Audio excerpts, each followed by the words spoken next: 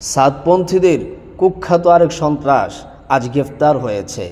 অবশ্যই বিষয়টি আনন্দদায়ক, যার কারণে নেটিজেনরা সকলেই আলহামদুলিল্লাহর জোয়ার বইয়ে দিচ্ছে।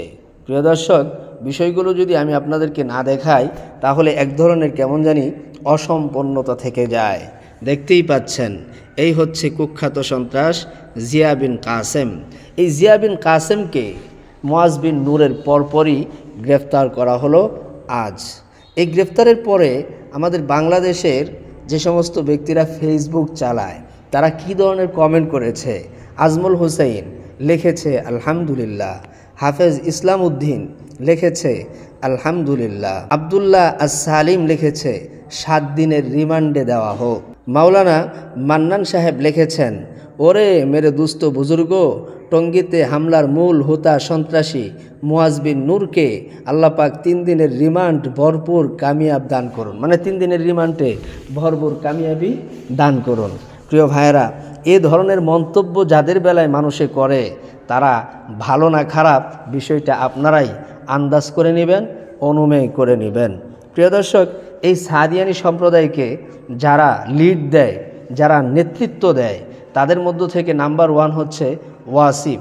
ওয়াসিফের উস্তাদ মুফতি উমর ফারুক সন্দীপী দামাত বারাকাতুহুম বলেছেন, ওয়াসিফের সর্বোচ্চ পড়াশোনা হচ্ছে নাহবিমির পর্যন্ত, এবং ওয়াসিফের ছেলে উসামা তার সর্বোচ্চ পড়াশোনা হচ্ছে কাফিয়া পর্যন্ত। এবার আমি আপনাদেরকে জিজ্ঞেস করতে চাই, যে সমস্ত ব্যক্তিরা সাদিয়ানি সম্প্রদায়ের নেতৃত্ব দেয় তাদের পড়াশোনার সর্বোচ্চ দৌড় যদি এ পর্যন্ত থাকে, তাহলে এদেরকে অনুকরণ যারা করবে তাদের পরিস্থিতি কেমন হবে?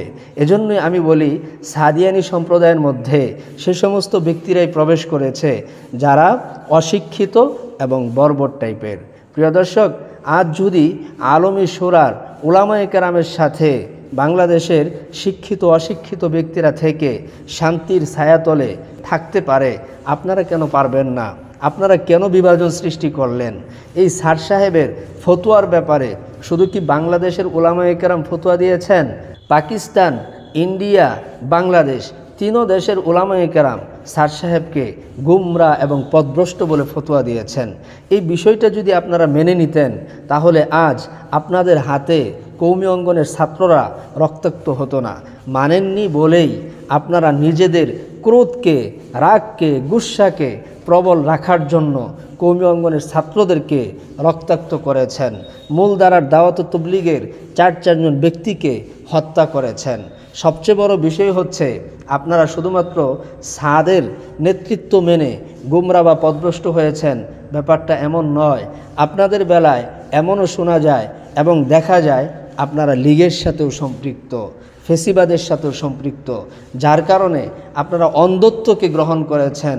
সত্যিকার অর্থে কোরআন সুন্নাহ অনুযায়ী নিজেদের জীবন যদি পরিচালনা করতেন তাহলে এই ধরনের একজন গুমরা ব্যক্তির পিছনে থেকে নিজের জীবনকে বিনষ্ট করতেন না।